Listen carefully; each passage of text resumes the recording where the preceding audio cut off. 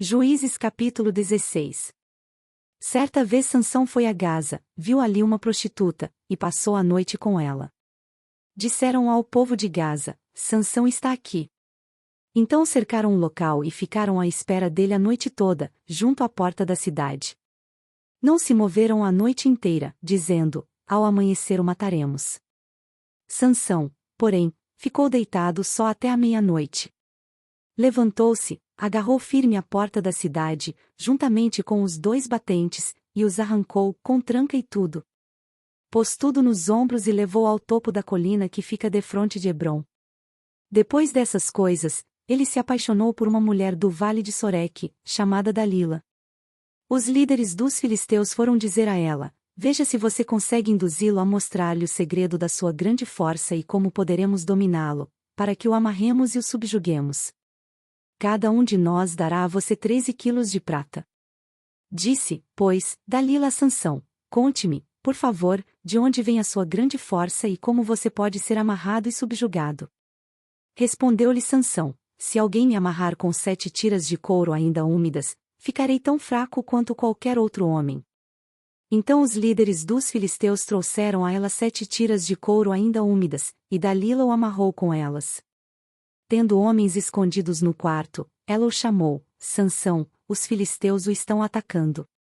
Mas ele arrebentou as tiras de couro como se fossem um fio de estopa que chega perto do fogo. Assim, não se descobriu de onde vinha sua força. Disse Dalila a Sansão: você me fez de boba, mentiu para mim. Agora conte-me, por favor, como você pode ser amarrado. Ele disse: se me amarrarem firmemente com cordas que nunca tenham sido usadas, ficarei tão fraco quanto qualquer outro homem. Dalila o amarrou com cordas novas.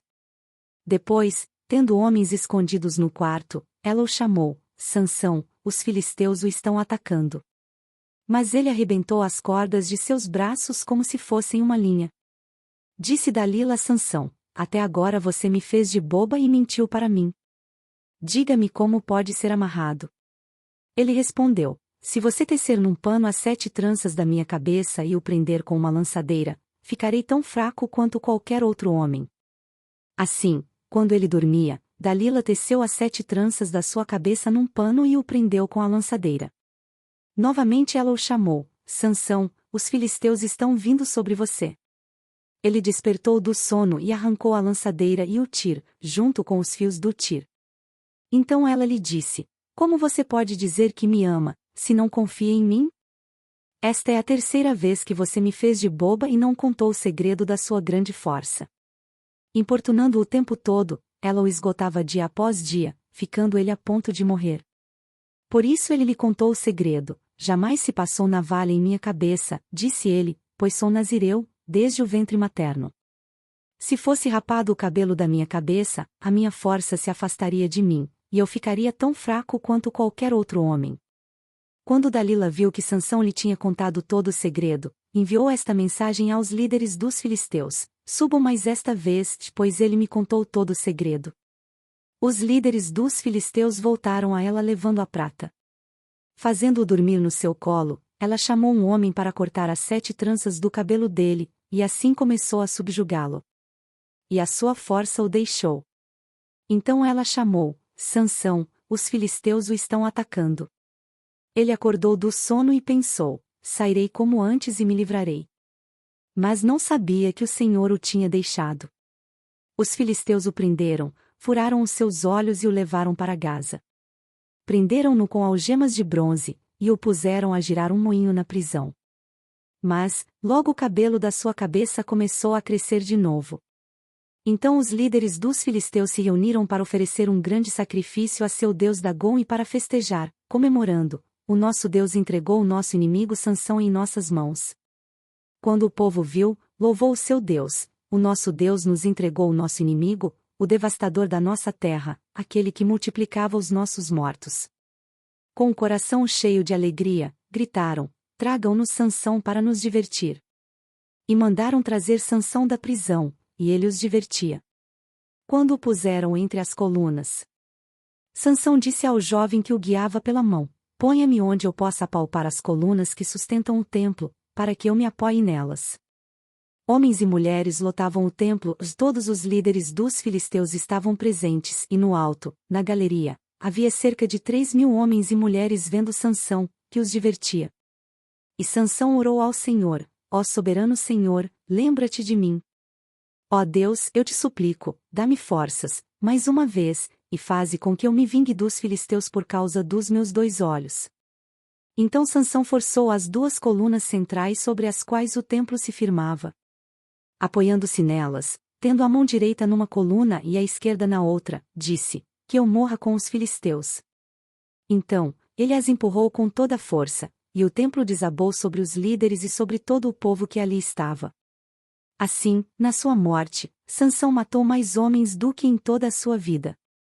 Foram então os seus irmãos e toda a família do seu pai para buscá-lo.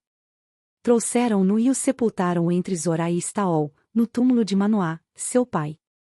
Sansão liderou Israel durante 20 anos. Juízes capítulo 17. Havia um homem chamado Mica, dos montes de Efraim, que disse certa vez à sua mãe: os 13 quilos de prata que lhe foram roubados e pelos quais eu a ouvi pronunciar uma maldição. Na verdade a prata está comigo, que eu a peguei. Disse-lhe sua mãe: o Senhor o abençoe, meu filho.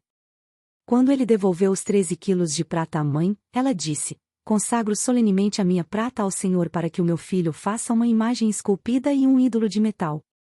Eu a devolvo a você.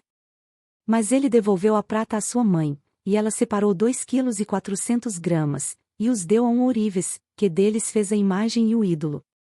E estes foram postos na casa de Mica. Ora, esse homem, Mica, possuía um santuário, e fez um manto sacerdotal e alguns ídolos da família e pôs um dos seus filhos como seu sacerdote. Naquela época não havia rei em Israel, cada um fazia o que lhe parecia certo. Um jovem levita de Belém de Judá, procedente do clã de Judá, saiu daquela cidade em busca de outro lugar para morar. Em sua viagem, chegou à casa de Mica, nos montes de Efraim. Mica lhe perguntou: de onde você vem? Sou levita, de Belém de Judá, respondeu ele. Estou procurando um lugar para morar. Fique comigo, disse-lhe Mica. Seja meu pai sacerdote, e eu lhe darei 120 gramas de prata por ano, roupas e comida. O jovem levita concordou em ficar com Mica, e tornou-se como um dos seus filhos. Mica acolheu o levita, e o jovem se tornou seu sacerdote, e ficou morando em sua casa. E Mica disse: agora sei que o Senhor me tratará com bondade, pois esse levita se tornou meu sacerdote. Juízes capítulo 18. Naquela época não havia rei em Israel, e a tribo de Dan estava procurando um local onde estabelecer-se, pois ainda não tinha recebido herança entre as tribos de Israel. Então enviaram 5 guerreiros de Zorá e de Estaol para espionarem a terra e explorá-la. Esses homens representavam todos os clãs da tribo. Disseram-lhes: vão, explorem a terra. Os homens chegaram aos montes de Efraim e foram à casa de Mica, onde passaram a noite. Quando estavam perto da casa de Mica, reconheceram a voz do jovem levita, aproximaram-se e lhe perguntaram: quem o trouxe para cá? O que você está fazendo neste lugar? Por que você está aqui? O jovem lhes contou o que Mica fizera por ele, e disse: ele me contratou, e eu sou seu sacerdote. Então eles lhe pediram: pergunte a Deus, se a nossa viagem será bem-sucedida. O sacerdote lhes respondeu: vão em paz. Sua viagem tem a aprovação do Senhor. Os 5 homens partiram e chegaram a Laís, onde viram que o povo vivia em segurança, como sidonios, despreocupado e tranquilo, e que gozava prosperidade, pois a sua terra não lhe deixava faltar nada. Viram também que o povo vivia longe dos sidonios e não tinha relações com nenhum outro povo. Quando voltaram a Zorá e a Estaol, seus irmãos lhes perguntaram: o que descobriram? Eles responderam: vamos atacá-los. Vimos que a terra é muito boa. Vocês vão ficar aí sem fazer nada? Não hesitem em ir apossar-se dela. Chegando lá, vocês encontrarão um povo despreocupado e uma terra espaçosa que Deus pôs nas mãos de vocês, terra onde não falta coisa alguma. Então 600 homens da tribo de Dan partiram de Zorá e de Estaol, armados para a guerra. Na viagem armaram acampamento perto de Kiriat Jearim, em Judá. É por isso que até hoje o local, a oeste de Kiriat Jearim, é chamado Mané-Dan. Dali foram para os montes de Efraim e chegaram à casa de Mica. Os 5 homens que haviam espionado a terra de Laís disseram a seus irmãos: Vocês sabiam que numa dessas casas há um manto sacerdotal, ídolos da família, uma imagem esculpida e um ídolo de metal?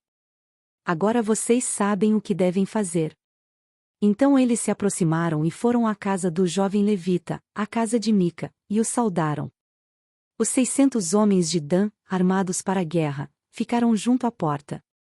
Os 5 homens que haviam espionado a terra entraram e apanharam a imagem, o manto sacerdotal, os ídolos da família e o ídolo de metal, enquanto o sacerdote e os 600 homens armados permaneciam à porta. Quando os homens entraram na casa de Mica e apanharam a imagem, o manto sacerdotal, os ídolos da família e o ídolo de metal, o sacerdote lhes perguntou: Que é que vocês estão fazendo? Eles lhe responderam: Silêncio. Não diga nada. Venha conosco, e seja nosso pai e sacerdote. Não será melhor para você servir como sacerdote uma tribo e um clã de Israel do que apenas a família de um só homem? Então o sacerdote se alegrou, apanhou o manto sacerdotal, os ídolos da família e a imagem esculpida e se juntou à tropa. Pondo seus filhos, os seus animais e os seus bens na frente deles, partiram de volta. Quando já estavam a certa distância da casa, os homens que moravam perto de Mica foram convocados e alcançaram os homens de Dan. Como vinham gritando atrás deles, estes se voltaram e perguntaram a Mica: Qual é o seu problema? Por que convocou os seus homens para lutar? Ele respondeu: Vocês estão levando embora os deuses que fiz e o meu sacerdote. O que me sobrou? Como é que ainda podem perguntar: Qual é o seu problema? Os homens de Dan responderam: Não discuta conosco, senão alguns homens de temperamento violento o atacarão, e você e a sua família perderão a vida. E assim os homens de Dan seguiram seu caminho. Vendo que eles eram fortes demais para ele, Mica virou-se e voltou para casa.